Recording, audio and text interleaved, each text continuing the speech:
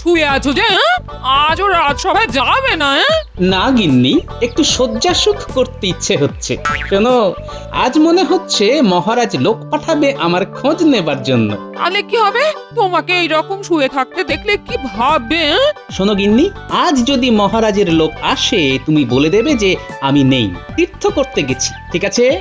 রাজসভার চাকরি থাকলে হয়। রাজসভা থেকে আমাকে কেউ হটাতে পারবে না, এই বিশ্বাস আমার আছে গিন্নি।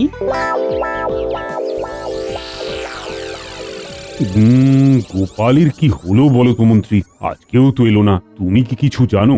না মহারাজ। মহারাজ, আমার মনে হয় লোক পাঠিয়ে গোপালের খবর নেওয়া উচিত। ওর জন্য আমার মনটা কিরকম ছটফট করছে। ঠিক বলেছ বিজ্ঞানী, আমারও গোপালের জন্য মনটা কেমন করছে। প্রহরী, প্রহরী, শোনো প্রহরী, তুমি এক্ষুনি গোপালের বাড়ি যাবে, খবর নিয়ে আসবে গোপাল রাজসভায় আসেনি কেন। যথাজ্ঞা মহারাজ।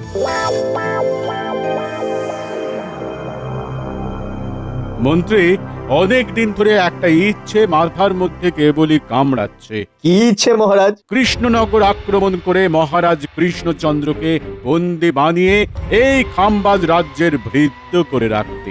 আর মন্ত্রীটাকে কি বানাবেন? ওই কৃষ্ণনগরের মন্ত্রীটাকে শুধু ব্যবহার করব, তারপর কাজ মিটে গেলে ছুঁড়ে ফেলে দেব। মহারাজ, একজনকে নিয়ে ভীষণ চিন্তা করার আছে মহারাজ। জানি জানি তুমি কার কথা বলবে, গোপালের কথা বলবে তো? এই ঠিক ধরেছেন মহারাজ, এই গোপালই হলো আমাদের এই ইচ্ছের অন্তরায়। কোনো উপায়ে গোপালকে রাজ্য ছাড়া করতে পারলেই আমাদের কাজটা সহজ হয়ে যাবে। ওই গোপালের বুদ্ধি হলো আমাদের একমাত্র অন্তরায়। কোনো কারণে গোপালকে যদি কৃষ্ণনগর ছাড়া করতে পারি তাহলে আমাদের কাজটা অনেক সহজ হয়ে যাবে। মন্ত্রী তুমি আপাতত একটা কাজ করো, বর্ধমান রাজার কাছে এই খবরটা দাও যে কৃষ্ণনগরের মহারাজ বর্ধমান রাজ্য দখল করবার পরিকল্পনা করছে। এই গুজবটা ছড়িয়ে দাও, তারপর দেখি কি করা যায়। ঠিক আছে মহারাজ। গোপাল দাদা, ও গোপাল দাদা, ঘরে আছো? গোপাল দাদা, ও গোপাল দাদা। গিন্নি, মহারাজ লোক পাঠিয়েছেন আমার খবর নেওয়ার জন্য। যাও যাও যাও, সুন্দর করে অভিনয় করে বলো দেখি আমি তীর্থে গেছি। দেখি তুমি কেমন অভিনয় করতে পারো। আমিও চলা কলা কম জানি না। হ্যাঁ, তুমি শোনো আমি কেমন বাচ্চিক অভিনয় করি।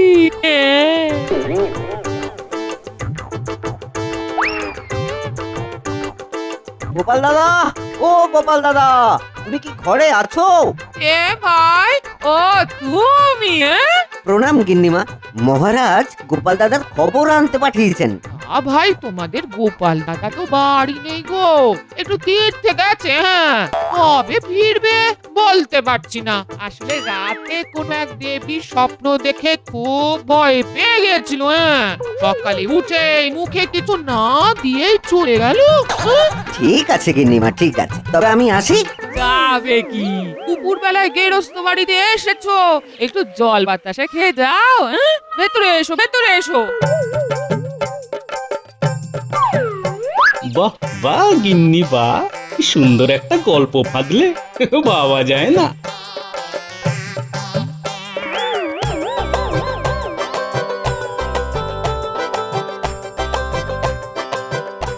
বোকা শোকা দেখতে হলে কি হবে, না আমার বউটা বেশ চালাক চতুর, ঘরের ভেতর ঢুকিয়ে প্রমাণ করে দিলে যে আমি ঘরে নেই। এই নাও জল আর বাতাস। নাও নাও। প্রণাম গিন্নিমা।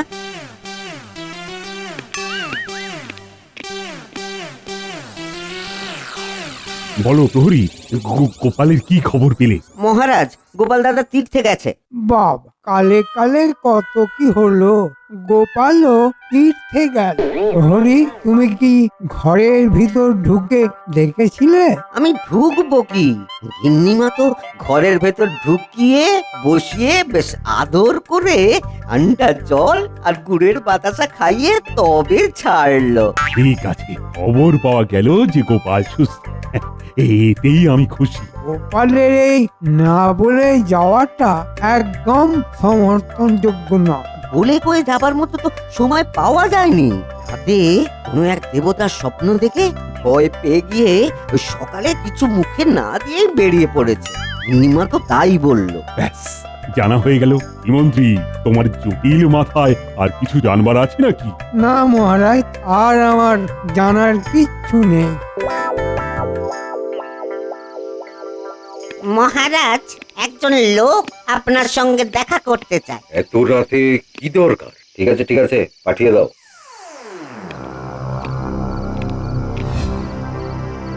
কি বলতে চাও বলো আগন্তুক। মহারাজ, একটা খবর দিতে এসেছি। আমি আসছি কৃষ্ণনগর থেকে। আমার নাম গজুপতি।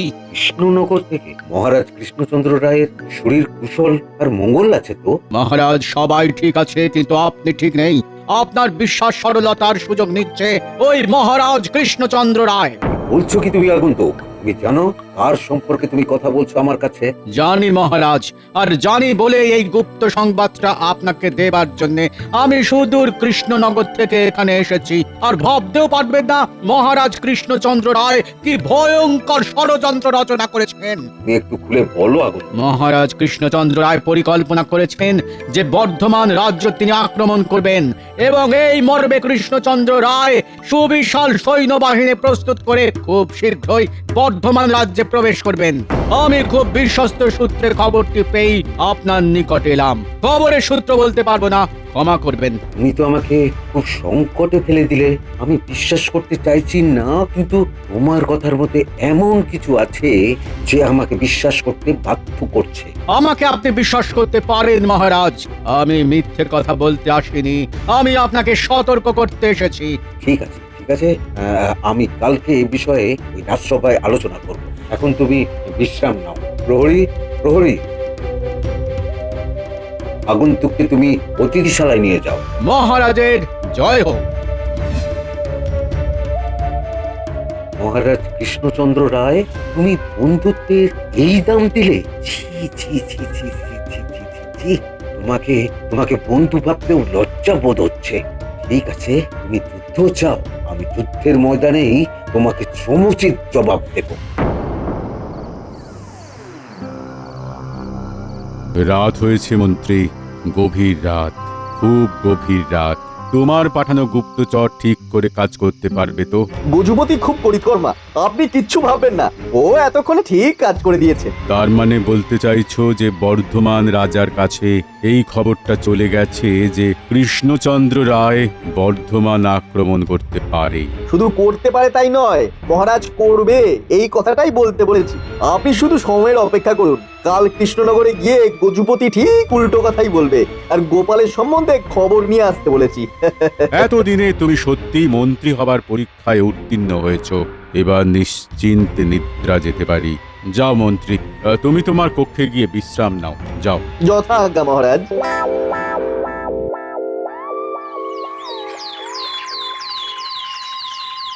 কি গো, আজকেও কি রাজসভায় যাবে না? কেন? এই যে তোমার কাছে রয়েছি, তোমার কি ভালো লাগছে না? না, তা নয়। কাল রাজসভায় যাব, আজ শুয়ে শুয়ে ভাববো যে কাল কি বলবো। মাথাটারও বিশ্রাম প্রয়োজন। যাও তুমি কাজে যাও, আমি আমার বরাদ্দ শয্যা সুখ উপভোগ করি। প্রণাম মহারাজ, আমি বর্ধমান থেকে আসছি একটা বিশেষ খবর দিতে। আমার নাম গজুপতি।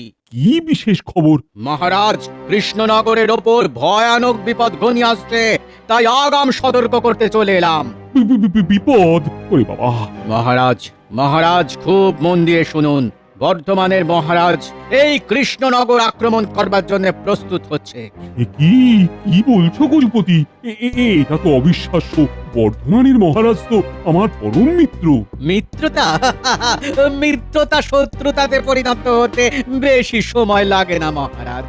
চিরস্থায়ী বন্ধু বলে তো কিছু নেই। তুমি কোথা থেকে খবর পেলে আগন্তুক? খবরের উৎস তো বলা যাবে না মন্ত্রী মশাই, তার কারণ আমাকে আরো খবর জানতে হবে। যিনি আমাকে এই খবরটি দিয়েছেন তার নাম গোপন রাখতে বলেছেন। কি ভয়ঙ্কর আতান্তরে পড়লাম রে বাবা! সেনাপতি নেই, গোপাল নেই। কার সাথে আলোচনা করব? মহারাজ, আপনি চিন্তা করবেন না। এখন আমাদের কাজ হলো আমাদের সেনাকে যুদ্ধের জন্য তৈরি রাখা আর খবরের সত্যতা সম্পর্কে সঠিক তথ্য নেওয়া। এই কি বলেছো বিজ্ঞানী? হ্যাঁ, আমাদের সেনাদের সাহস আর বীরত্ব নিয়ে কোনো কথা হবে না মহারাজ। আমরা যদি সীমান্তে দাঁড়িয়ে হাঁচি, সেই হাঁচির দাপটে বর্ধমান রাজ্য কেঁপে যাবে। হ্যাঁ, ঠিক বলেছো, ঠিক বলেছো। আগন্তুক, তুমি আমাদের অতিথিশালায় বিশ্রাম নাও। আমরা তোমার উপর খুব খুশি হয়েছি। প্রহরী, আগন্তুকে নিয়ে যাও। কি ভাবছেন মন্ত্রী মশাই? একটা সুযোগ এসেছে হাতে, সেই সুযোগটা কাজে লাগাতে হবে। সে সুযোগ? গোপালের অন্তর্ধান এবং বর্ধমান রাজার আক্রমণের হুমকি, এই দুটোকে মিলিয়ে দাও। আমি বুঝে গেছি, আমার মাথায় একটা দারুণ বুদ্ধি এসে গেছে। গোপালের এই তীর্থযাত্রা আর বর্ধমান রাজার হুমকি আমার মাথা খুলে দিয়েছে। কাল রাজসভায় দেখবে আমার খেলা। আর বলে দিলে ভালো হতো। না, তোমাদেরও তো চিন্তা শক্তি আছে। আজ রাত ভাবো, যদি না পারো তো কাল রাজসভায় শুনে নিও।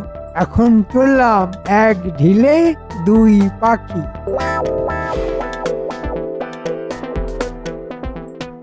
মন্ত্রী মশাই কি এমন ভাবলেন যে একেবারে নাচতে নাচতে যাচ্ছেন? আর মানে এমন কিছু ভেবেছেন যে এক ঢিলে দুই পাখি মারবেন? একটা তো গোপালের অপসারণ, আর অপরটা কি হতে পারে ভাবতে হবে।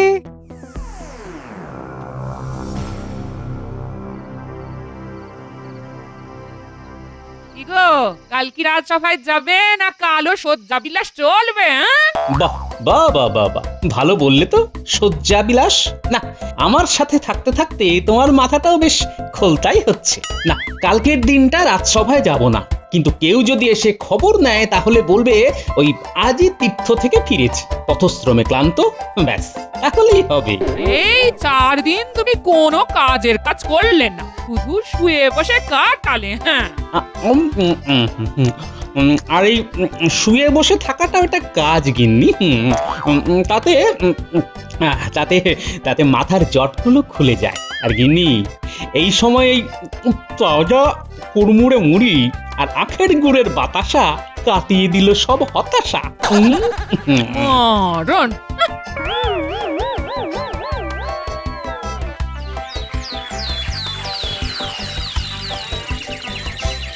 কাল সারা রাত ধরে চিন্তা করে কিছুই বার করতে পারলাম না।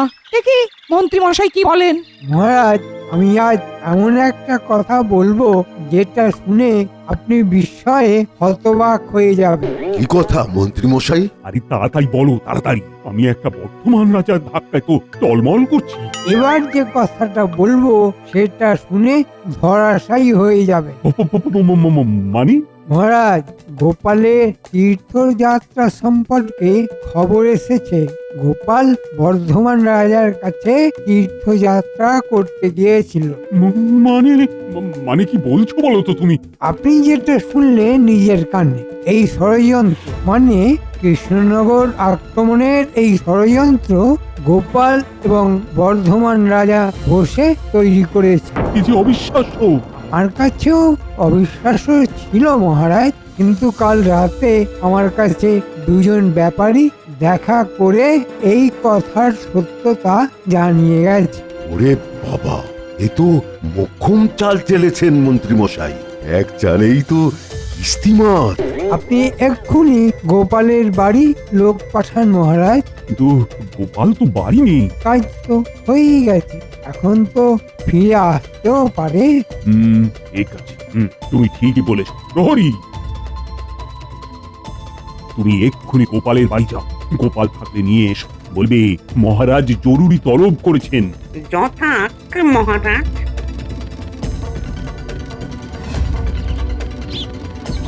গোপাল দাদা, ও গোপাল দাদা, গোপাল দাদা। কে?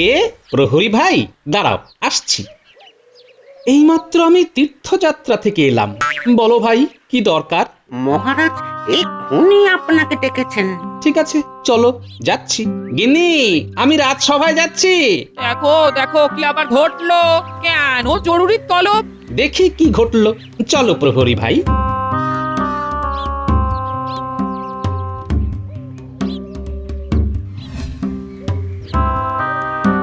এই এই তো গোপাল এসে গেছে। প্রণাম মহারাজ, আজই এলাম, পথশ্রমে একটু ক্লান্ত। কোথায় তীর্থ করতে গিয়েছিলে গোপাল? মন্ত্রী, আমাকে জিজ্ঞেস করতে দাও। গোপাল, আমি বিশ্বস্ত সূত্রে জেনেছি যে তুমি বর্ধমান রাজার কাছে গিয়েছিলে এবং ষড়যন্ত্র করতে গিয়েছিলে। তুমি কিন্তু না বলতে পারবে না। বর্ধমান থেকে গজুপতি বলে এক সজ্জন এসে বলেছে যে বর্ধমানের রাজা কৃষ্ণনগর আক্রমণ করতে চায়। আমি ষড়যন্ত্র? কি বলছেন মহারাজ? তাহলে তোমাকে প্রমাণ দিতে হবে কোন দেবতার স্বপ্ন দেখে কোন দেবতার আশ্রয়ে তুমি পুজো দিতে গিয়েছিলে। এই রে, আমার অবর্তমানে মন্ত্রী নিশ্চয়ই কিছু চাল চেলেছে। আর তুমি চুপ কেন? এই মুহূর্তে চুপ থাকাই ভালো, কারণ আমি যদি বলি আমি ঘরে ছিলাম তাহলে মহারাজ বিশ্বাস করবে না। তোমার নীরবতাই আমার প্রশ্নের উত্তর দিয়ে দিয়েছে। তার মানে তুমি এই ঘৃণ্য ষড়যন্ত্রের সাথে যুক্ত। না না না না না না না, আমি আর তোমার মুখ দেখতে রাজি নই। তুমি আজ এই মুহূর্তে এই রাজ্য থেকে চলে যাবে। মহারাজ, আমার কি দোষ সেটাই তো বুঝলাম না। অভাগা জানিল না, বিচার হইয়া গেল। মহারাজ, আমি বুঝিয়ে বলছি, আপনি শান্ত থাকুন। নির্ঘাত সরল সাদা মহারাজকে কেউ কোনো মিথ্যে কথা বলে আমার প্রতি খেপিয়ে তুলেছে। শোনো গোপাল, বর্ধমান রাজা ঘোষণা করেছেন যে তারা কৃষ্ণনগর আক্রমণ করবে।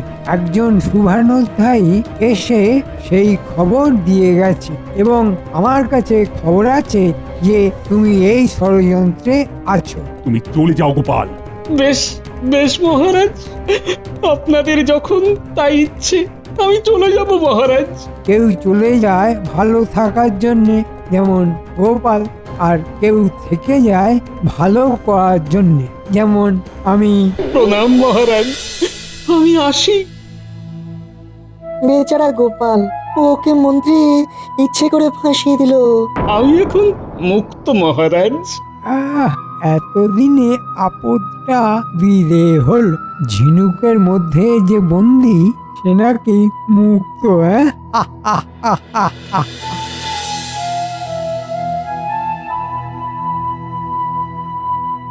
এ কি বদনাম দিলেন তোমার মহারাজ? দেখো, বদনামের দাগ যখন লেগেছে তখন সেই দাগ তোলার দায়িত্ব আমার। গিন্নি, একটা গুজব রটেছে বুঝলে, আর সেই গুজবে মহারাজ কান দিয়ে নিজের সর্বনাশ করতে চাইছেন। আমি এখন চললাম, তুমি এখানে থাকো, আমি ঠিক 3 দিন পর ফিরে আসব। সে কি, তোমাকে তো কৃষ্ণনগর থেকে তাড়িয়ে দিয়েছে? সেটাই তো, এর মধ্যে তো একটা ফসকা গেরো আছে গিন্নি, সেটা ধরেই ফিরে আসব। এখন চলি, এখন আমার অনেক কাজ। বর্ধমান মহারাজের কাছে যাব, কিছু উপহার কিনতে হবে, আর কেউ যদি জানতে চায় তাহলে বলবে ওই গোপাল যেদিকে দু চোখ যায় সেদিকে গেছে, বুঝলে? বুঝলাম।